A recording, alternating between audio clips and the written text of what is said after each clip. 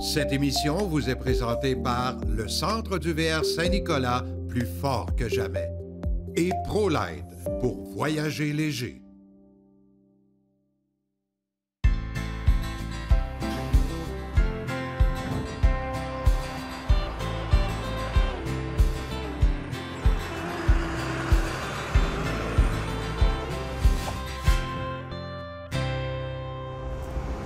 J'ai pas pu m'empêcher de retourner à Beauceville et de rencontrer à nouveau Kevin Maguire. Salut, Kevin. Bonjour, M. Pajot. Kevin, je me souviens à la foire du VR que tu participais. Oui. Tu avais apporté des caravanes, ce qu'on appelle les caravanes portées. Oui, quand on peut apporter dans les boîtes de camions, oui. C'est ça, dans les boîtes de camions. Là, on en voit tout un inventaire. Ah oui, on a ici, une belle... t'en as donc bien beaucoup. Oui, on a un très beau choix parce qu'il y a plusieurs modèles de campeurs. On a des campeurs pour des 1500, pour des Tacoma, Canyon, des petits camions. Fait qu'on a des campeurs qui partent de 1300 livres, aller jusqu'à 3500 livres pour tous les types de camions. OK, donc le campeur, disons, je te donne un exemple, j'ai un 1500 par exemple. Oui. Je m'en viens ici et il y a certains modèles pour le 1500. C'est ça. Le 1500, exemple, qui a une capacité de charge de 1800 livres ou les environs, bien, on y vend un campeur qui va fitter avec sa capacité de charge. Et plus je grossis, plus mon véhicule doit être plus fort. C'est ça, par exemple, un double roue, un 2500, 3/4 de tonne, mais là, on va aller avec des campeurs plus grands avec des extensions, des campeurs de 2500 à 3000 livres. OK. Qui sont les acheteurs d'une caravane portée? Les gens qui font beaucoup de chasse et pêche, du plein air, qui vont dans le bois. Pas de service. Tu sais, les gens ne jetteront pas un campeur pour aller sur des terrains de camping. Ça arrive à l'occasion, mais en général, c'est les gens qui vont dans le bois, des tours dans l'ouest, beaucoup de routes, qui veulent se stationner dans des terrains où ce que le camion va, dans le fond, le campeur porté peut... Où un camion va, la caravane portée, il va avec. Et voilà, c'est ça. Et maintenant, c'est rendu que c'est complètement équipé à l'intérieur de ça. C'est tous les mêmes équipements qu'une grosse roulotte, l'air climatisé, les chauffe-eau. Vous allez prendre une roulotte de 30 pieds, le petit campeur va avoir les mêmes équipements, les jacks électriques aux quatre coins. On installe ça dans un camion, on paye sur le piton, on le met au niveau comme on veut. C'est rendu très, très simple et facile à utiliser. Et j'imagine aussi que le phénomène des panneaux solaires, c'est de plus en plus populaire. Oui, on a pratiquement tout rendu avec des frigidaires aux 12 volts. Fait qu'ils sont tous équipés de panneaux solaires de 100, 200 watts. On met des batteries au lithium, des batteries 6 volts. Les gens sont complètement autonomes quand ils vont les utiliser en nature.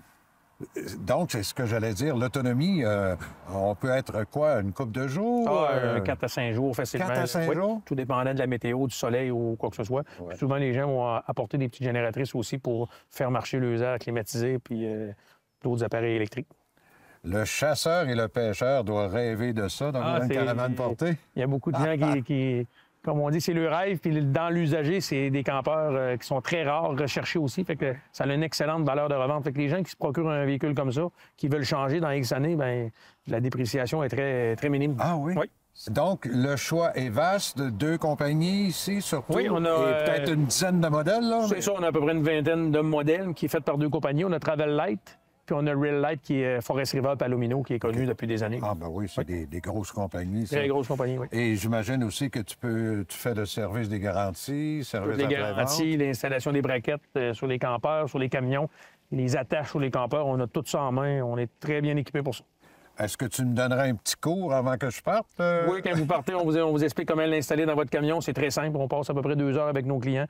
Un technicien lui explique tout le fonctionnement au complet. Puis c'est quand même assez simple là, à utiliser.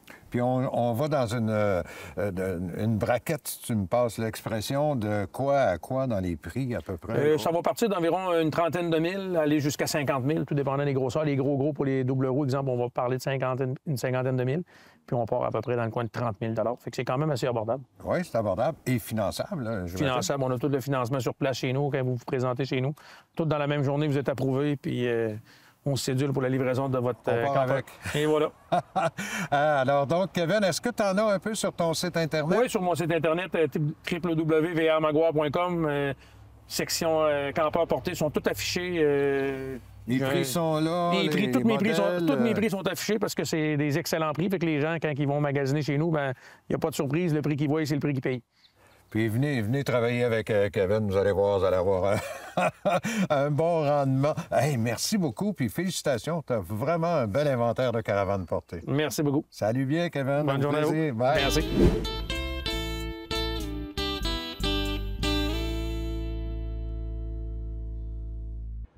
Au centre du VR de Montmagny, on a une politique extrêmement importante que tout le monde doit respecter ici. C'est le service à la clientèle. C'est vraiment là une priorité au centre du VR de Montmagny. Et à travers tout ce service-là, que ce soit la préparation du véhicule, que ce soit des réparations que vous avez à faire, il y a un département qui s'appelle le département de l'esthétique. Mélanie Gagnon, bonjour. Bonjour. Bien, Mélanie, d'abord, explique-moi, qu'est-ce que c'est que le département esthétique? Le département d'esthétique, c'est à l'achat d'une roulotte neuve, d'une unité neuve, on peut faire un scellant ou une protection de peinture et tout ça pour faire ressortir le lustre de l'unité. Ou si à l'achat d'une usagée, encore là, on peut vendre des polissages pour faire ressortir le lustrage, tout enlever les cheveux d'ange, les graphines, on enlève tout ça.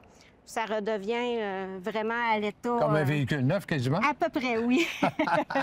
Mais il arrive aussi que des personnes ont un véhicule et, par exemple, l'exemple qu'on va donner, là, il y a ce véhicule et la personne avait une espèce d'autocollant. Je ne sais pas ce qu'il y avait sur le véhicule.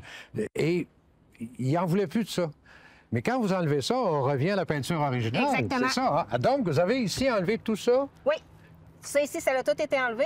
Dans le fond, avec les années, la peinture change de couleur, qui devient très terne. OK. Ça, c'était la peinture originale. Et ça, c'est avec le temps. Oui. Et là, vous allez faire quoi pour que ce soit vraiment tous ensemble? Un polissage avec de la pâte à polir beaucoup plus abrasif pour la première étape. La deuxième étape, on passe avec une pâte moins abrasif, avec un genre de tissu coton pour vraiment éliminer tous les résidus, ce qui donne le résultat. Ce qui va donner, en fait, là, vous avez fait une partie ici où on vous a arrêté de travailler. Là. Juste pour voir la différence. Juste pour voir la différence, on voit ici que la roulotte va devenir vraiment lustrée comme ça, au lieu de son ancienne peinture qui est là. Va devenir toute lustrée au complet. Mais c'est tout qu'un travail à faire. Ça vous prend combien de temps faire une roulotte complète? Une roulotte comme ça, 2 jours. 2 jours de temps? 2 jours. C'est quand même rapide. Je pensais que c'était plus long que ça. Non, c'est pas plus long. Ça peut être un petit peu moins, dépendamment de mes bras. Mais le polissage, d'habitude, ça va très bien. Vous offrez un service aussi sur les terrains de camping? Oui, je me déplace. On peut faire la même chose qu'ici. La semaine passée, je suis allée en laver une chez une cliente. J'ai fait un lavage de toit, un traitement de toit, puis un lavage extérieur complet. Ah oui? La cliente, elle a même retéléphoné ici, comme de quoi qu'elle était très satisfaite. Elle a dit que sa roulotte est redevenue comme une neuve, comme avant. Ça, c'est bien. Et l'autre chose, la hantise de tous les campeurs, c'est les fameux joints puis les infiltrations d'eau. Oui. Vous pouvez faire ça sur place? Oui, je les fais sur place aussi.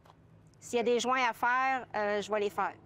Ça, il n'y a aucun problème. Je peux les faire, ça dépend de l'état de la roulotte. Soit que je peux les faire avant le lavage ou après le lavage. OK. Donc, moi, mes problèmes de joints, vous allez me les régler en 2 temps, 3 mouvements, c'est fait. Exactement. Hey, mais je trouve ça extraordinaire, votre travail que vous faites ici. Bravo, Mélanie. Et qu'est-ce que vous aimez le plus travailler? Une roulotte, un fifouille, un classe C, B, A? Je les aime toutes. Dans le fond, ce qui est vraiment attirant, c'est de voir le avant et le après. Peu importe le véhicule. C'est une passion. J'ai mon cours d'esthétique, c'est vraiment une passion là, de voir les résultats. D'une fois à l'autre, c'est toujours plus gratifiant. Vous redonnez vie à nos VR. Exactement. Hey, Mélanie, bravo. Merci beaucoup. Continuez votre excellent travail au Centre du VR de Montmagny.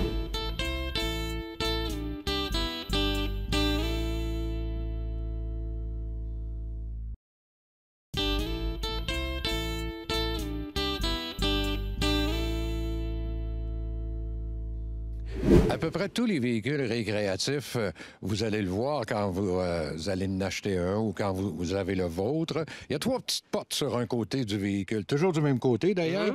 Et ces 3 petites portes-là, ça veut dire quelque chose. Puis on va tout de suite aller voir Marco Boudreau. Salut Marco. Salut Jean-Marc. Marco, moi j'appelle ça des petites portes, là. Mais tu vas nous expliquer un petit peu, je pense que c'est un réfrégérateur chauffe-eau, ces affaires-là. Ouais.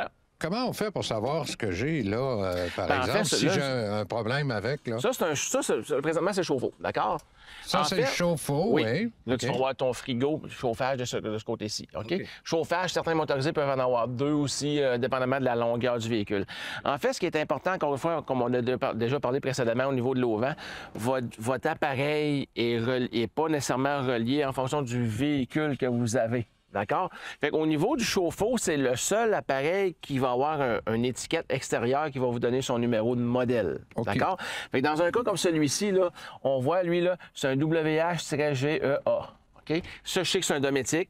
Fait que là, si tu me dis, bien, mon chauffe-eau, voici son modèle, parfait. Là, avec ce numéro de modèle-là, je peux rentrer dans la fiche signalétique de l'appareil lui-même pour te dire, bien, j'ai besoin du brûleur, le contrôleur, il connecte ces choses-là. Si je te dis, par exemple, j'ai un Nexus 24 pieds, veux-tu changer mon chauffe-eau? Tu peux pas, là. Impossible. Si je le vois pas visuellement, si, mettons, tu n'as pas le véhicule puis tu peux pas me fournir cette information-là, est-ce que ton chauffe-eau est 6 gallons? Est-ce qu'il y a 10 gallons? Est-ce que c'est un 10 gallons qu'une mixing valve, manière de parler? Est-ce que c'est un Dometic? Est-ce que c'est un Suburban? Est-ce que c'est un Girard, un Fogati? Je le sais pas. Fait que j'ai réellement besoin de ça, mais encore une fois, le chauffe-eau, si tu regardes extérieurement, c'est le seul que tu as un panneau que tu peux voir si tu permets ton étiquette. Au niveau du réfrigérateur, ici, je pourrais l'ouvrir, mais j'ai aucune information que le réfrigérateur, qu'est-ce que c'est. Là, je sais que c'est un Dometic parce qu'il est marqué sur mon panneau, mais est-ce un 2652, un 2872, un 2680? Je ne le sais pas. Encore là, c'est pas la marque du véhicule qui va te donner la sorte de réfrigérateur. De l'autre côté, exemple, vous achetez un véhicule de seconde main, le réfrigérateur a peut-être déjà été changé. Est-ce que c'était remplacé? Fait que j'ai toujours besoin de l'information du produit comme tel, vous avez besoin d'une pièce. Ça, au niveau du chauffage, impossible. OK, ça, c'est le système de chauffage. Effectivement. Fait que là, de votre côté, je vous demanderai pas, mais là, démanchez la fournaise en entier du véhicule, puis amenez-moi-la dans les mains que je suis capable de faire. Fait que dans votre véhicule, à l'intérieur des armoires, vous avez toujours la fiche signalétique de votre véhicule. Fait que vous avez toujours une grande feuille qui est collée dans une armoire, que vous allez avoir vos numéros de modèle d'appareil, le numéro de série, puis le numéro de production. OK. Et ça, tous les véhicules ont ça? C'est une obligation, effectivement. Alors donc, il faut trouver dans quelle armoire? Effectivement. Puis là, bien, vous pourriez prendre une photo puis toujours l'avoir à portée de main. Fait que là, vous allez réellement être listé frigo, chauffage, là, mettons exemple le convertisseur électrique. Vous avez tous réellement les appareils qui ont été ajoutés à votre véhicule avec le numéro de série, le numéro de production, parce que des fois, malheureusement, on peut avoir, exemple, le même frigo, mais avec 2-3 numéros de production différentes. Ouais. Est-ce que des fois, les composantes viennent d'autres places? Fait que j'ai souvent besoin du numéro de série, produit, numéro de modèle, tout le temps. En fait, la bonne idée, Marco, si je résume tout ça, c'est que quand on achète un véhicule, qu'il soit d'occasion ou neuf, pourquoi ne pas prendre des photos de ces étiquettes-là et garder ça dans son téléphone? Ça t'évite beaucoup de problèmes. Parce qu'encore une fois, tu viens chez nous, tu me dis, je veux une pièce, mon réfrigérateur. Encore une fois, des fois, les gens, je veux pas que les gens pensent que des fois, c'est un manque de volonté. Vous me dites, je veux ça. Tu sais, des fois, on va vous dire, je peux pas vous aider. C'est pas un manque de volonté, c'est que je peux te faire venir 20 fois si on veut, là. Je ne sais pas c'est quoi ton produit, puis j'ai pas de manière. C'est pas un véhicule automobile. Tu vas chez n'importe quel magasin de pièces automobiles, tu dis, voici, j'ai une BMW, telle année, tel modèle. Elle va nous apparaître à l'écran. Le monde du VR est malheureusement pas fait comme ça. Merci beaucoup de ces informations-là. Je pense que c'est vraiment important. Alors, n'oubliez pas, prenez vos photos.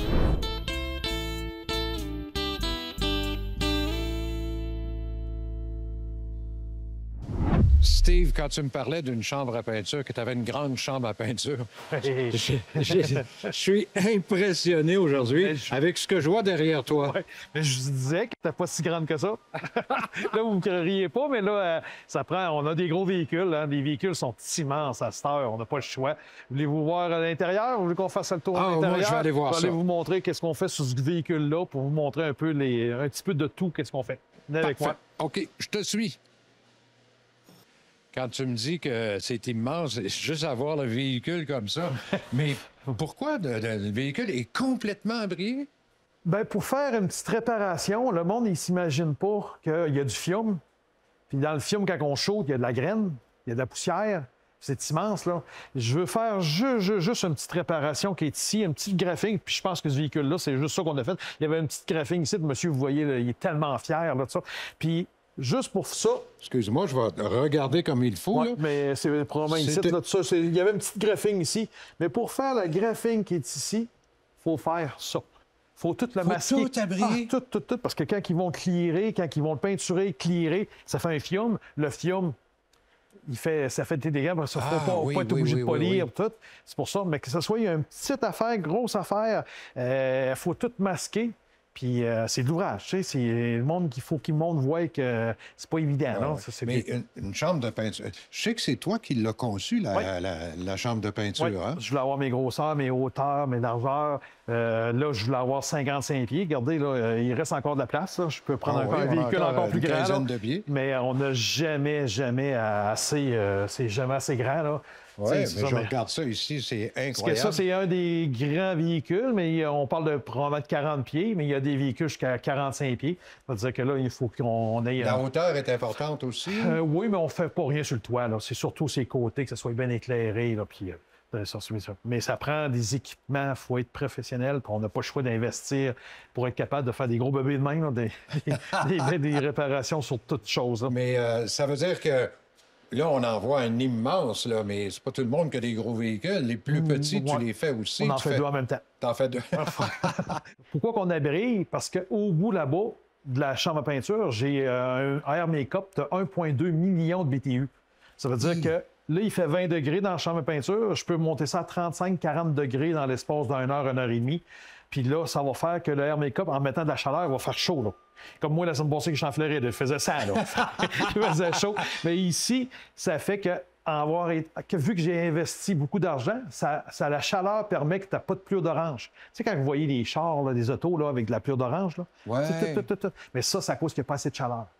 OK. Oui, mais là, moi, en mettant de la chaleur, on shoot, il n'y a pas de plure d'orange. Puis après 20 minutes, une demi-heure, quand la peinture, on peut clearer tout de suite après. On peut faire ça toutes les étapes au lieu d'attendre pendant 2, 3, 4, 5 heures. C'est pour ça que l'équipement fait qu'on est plus professionnel dans notre domaine. Tu sais, je voulais être vraiment, là, on appelle ça, excusez-moi l'expression, ça accroche. Là, ça accroche. C'est ça, je voulais être vraiment. Ouais, c'est pour ça qu'on a investi beaucoup, mais c'est les clients qui en bénéficient.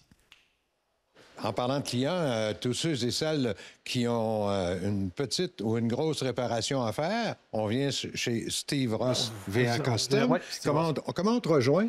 Soit au VR Custom, directement Steve Ross VR Custom au téléphone, ou sinon sur mon site, si vous avez des questions, ou vous avez ne gênez-vous pas. Il y a un client la semaine passée qui me dit « Je peux t'envoyer un email pour une photo? » En fin de compte, de fois, j'ai dit hey, « Non, ça, arrêtez ça là, c'est une job d'assurance. » Est-ce que le monsieur voulait la payer de ses poches? OK. Il faisait ça, mais il pensait que ça allait coûter 1000 $. Mais non, arrêtez, monsieur, là. C'est un peu comme tantôt qu'on a filmé, là, toutes les étapes. J'ai dit non, arrête, c'est une job d'assurance. Il dit, t'es sérieux? J'ai dit, oui, appelez vos assurances. Puis des fois, envoyez-moi ça à mon email, steve-ross@commercialvrcustom.ca, puis je vais vous répondre.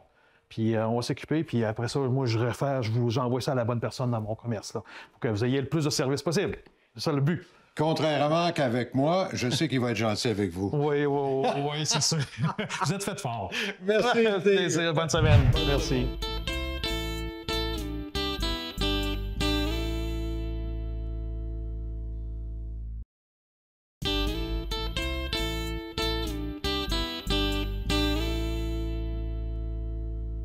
C'est toujours un plaisir de rencontrer Olivia Jacques, qui est relationniste, en fait, surtout porte-parole de la CEPAC. Bonjour, Olivia. Bonjour, M. Pajot. Olivia, on a parlé, la dernière fois qu'on s'est vu, on avait parlé du parc de Oka.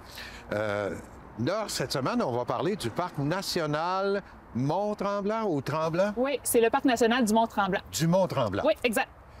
Ça m'intéresse parce qu'il y a eu des nouveautés qui se sont rajoutées cette année en ce qui concerne le camping, entre autres. Oui, exact. Donc, dans le secteur Paimbina-Saint-Donat, on a le camping du lac Provo qui s'est refait une beauté cette année. Donc, on a une centaine d'emplacements de camping. Quand même. Oui, c'est très grand. On a 15 unités de prêt à camper étoiles également qui se sont ajoutées. Donc, on a tout refait à neuf, là, mise à niveau du sol, drainage du sol. On a augmenté la grandeur des terrains pour les mettre aux normes du jour. Puis, on peut accueillir des petits moyens VR. Donc, c'est super intéressant de ce côté là. On a de l'intimité, on a un coin feu. Puis en plus, on a refait les blocs sanitaires ainsi que le centre de location là, pour les équipements nautiques. Donc, tout est refait à neuf. Ça veut dire qu'on peut louer des équipements? Oui, exact. Donc, au Parc national du Mont-Tremblant, c'est notre plus gros parc, en fait, qui fait plus de 1500 km². Donc, c'est vraiment immense. On a 400 lacs sur le territoire. Donc, on peut faire plusieurs activités nautiques. Là, 400 lacs. On a accès accès, quand on va là, on a accès à 400 lacs? Ou... Non, c'est sur le territoire. Sur le territoire, là, mais on a accès, nous, exact. à des pistes cyclables, j'imagine? Oui, aussi pistes cyclables, kayak, canaux, des sentiers des sentiers de pédestres, randonnées pédestres, là, c'est magnifique. Il y a la Via Ferrata qui est un peu moins connue aussi. C'est pour ceux qui aiment les activités un peu plus extrêmes. Qu'est-ce que le Via Ferrata? C'est un peu entre la randonnée, exact, entre la randonnée et l'escalade, je dirais. Donc, on a c'est vraiment à flanc de montagne. Là. Donc, faut pas avoir peur des hauteurs, mais c'est une belle activité là, pour ceux qui aiment les sports un peu plus extrêmes. Puis dans la région des Laurentides, dans le nord de Montréal, c'est tellement beau cette région-là aussi. Exact. Puis avec la Via Ferrata, on a une très belle vue là, sur l'ensemble de la région. Là. C'est magnifique. Il y a une centaine que tu me disais tantôt d'emplacements et avec différents services ou... Oui, on a du 1, 2, 3 services sans problème. On a des campings rustiques. Donc, très intéressant de ce côté-là. On peut profiter de la plage aussi, la plage du lac Provo. Donc, magnifique endroit là, à profiter du plein air à la CEPAC. Et rapidement, en terminant, on fait « Je veux réserver, ça me tente d'y aller ». On vient de donner le goût à des centaines de personnes. Tout à fait. Qu'est-ce qu'il faut pour y aller, là? Oui, bien, il faut aller en ligne. N'hésitez pas à aller visiter notre site web au www.cepac.com. On sélectionne Parc national et Parc national du Mont-Tremblant. Puis, on va dans la section hébergement. Là. Donc, on peut louer soit des emplacements de camping, des prêts à camper, si vous voulez aussi des chalets, là, sans problème. Mais il y a de la place. N'hésitez pas à aller voir. Là, il nous reste de la place pour cet été. Et comme je dis toujours, n'hésitez pas à visiter nos parcs nationaux et nos réserves. Ça nous appartient, ces beaux territoires-là. C'est géré par des gens extrêmement compétents. Alors, merci beaucoup. Merci, M. Pajot. Et je te le dis, là, il y a des centaines de personnes qui vont y aller faire un tour. Parfait, on vous attend. Bye-bye. Bye.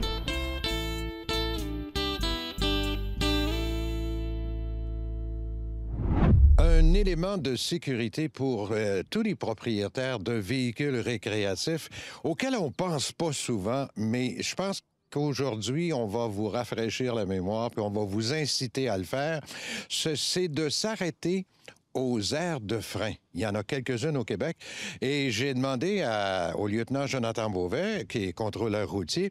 Jonathan, bonjour. Bonjour, ça va bien? Oui. Jonathan, quand je dis que les gens ne pensent pas à ça souvent, les aires de frein, est-ce que tu penses que j'ai raison? Ah, oui, tout à fait, c'est sûr. Les aires de vérification de frein, les gens ont tendance à penser que c'est juste pour les gros camions. Hein, on voit ça, on voit le panneau avec une pédale de frein. Les gens se disent « Ah, mais ça, c'est les camions qui doivent arrêter là. » Mais en réalité, c'est tous les véhicules ou les ensembles de véhicules qui ont une masse totale en charge de 3000 kilos et plus. Quand on parle de masse totale en charge, là, c'est le poids du camion ou du véhicule qui tire, le poids du véhicule remorqué. Ça comprend le véhicule tracteur. Ça comprend tout, incluant les passagers et les bagages et les réservoirs à eau remplis. Donc, quand on part en VR, si on va peser notre véhicule avant d'avoir chargé, mais on n'aura pas le poids masse totale en charge. On va avoir la masse nette ou on va avoir la masse présente à ce moment-là, mais la masse totale en charge, c'est vraiment lorsque tout est dedans, quand on décide de partir, c'est ça qu'on va constater. Donc, 3000 kilos pour un ensemble de véhicules, ça va quand même s'atteindre assez rapidement. 3000 kilos, là, c'est, pour moi, là, c'est à peu près 6000, 6500. 6600 livres environ, là, à peu près. Là. Si on fait 3000 fois 2,2, on arrive à peu près à 6600 livres. Donc, on peut penser là, un pick-up ou une camionnette ou un VUS, ça pèse tout près de 2000 kilos, des fois un petit peu moins. Et une roulotte là, qui va peser peut-être un 3, 4, 5000, bien, rajouté avec le réservoir à eau rempli, tous les bagages, les passagers, bien, le 6600 livres ou le 3000 kilos là, va s'atteindre rapidement. Et c'est une obligation, là, c'est une réglementation, ça. Là. On peut avoir une contravention si on ne le fait pas. Là. Tout à fait. Il y a une infraction qui est prévue au Code de la sécurité routière. Donc, les gens doivent, lorsqu'on voit ces aires de vérification de frein-là, s'arrêter, faire une vérification du système de freinage. Donc, il y a une pancarte stop. Donc, on fait notre arrêt. Et à ce moment-là, après, on peut redescendre, continuer notre route et redescendre la côte. Ce qu'il faut comprendre, c'est que les aires de vérification de frein, il n'y en a pas partout. Il y en a 13 dans toute la province, principalement dans Charlevoix, dans la Chaudière-Appalaches. Il y en a une à Montebello, en Outaouais, et il y en a une en Abitibi-Témiscamingue, à Témiscamingue. Donc, ces aires de vérification de frein-là, ça précède des côtes qui sont très, très, très abruptes. Donc, où la descente va être très prononcée. La fameuse côte de Baie-Saint-Paul, par exemple. Exactement, la côte à Baie-Saint-Paul, c'en est une. Et donc, on va devoir, dans ces côtes-là, surutiliser notre système de freinage. C'est-à-dire qu'on va freiner normalement, mais comme ça descend très rapidement, on va nécessairement freiner plus. Et le danger, c'est de faire surchauffer notre système de freinage. Donc, plus il y a du poids qui nous pousse, plus le degré de friction va être important. Donc, ce qu'on veut dire aux gens, c'est quand vous faites l'aire de vérification de frein, prenez le temps, débarquez de votre véhicule, vérifiez vos freins. Est-ce que mes roues sont chaudes? Est-ce que ça freine bien? Quand je fais mon test de frein, là, quand j'arrête, là, ça fonctionne bien. Ce que ça permet en même temps, c'est de faire refroidir le système. Puis au lieu de commencer à descendre la côte à 90 km/h, bien, on va commencer à 0 parce qu'on va venir juste de repartir. Donc, nécessairement, on va avoir moins de vitesse.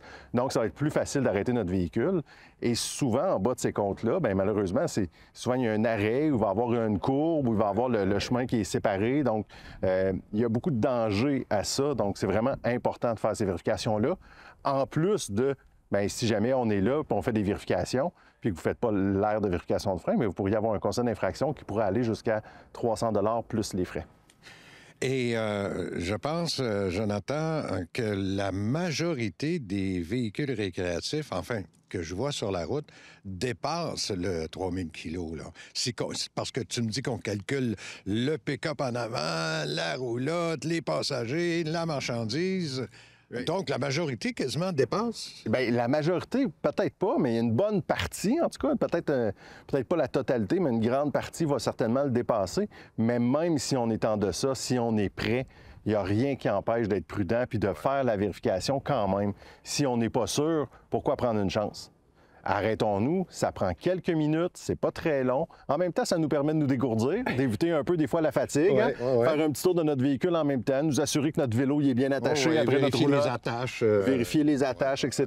Donc après ça, on rembarque dans notre véhicule et on continue notre route en sécurité. Quel excellent conseil de sécurité. Merci infiniment, Jonathan Bourret. Merci beaucoup. Cette émission vous a été présentée par le Centre du VR Saint-Nicolas, plus fort que jamais, et ProLite pour voyager léger.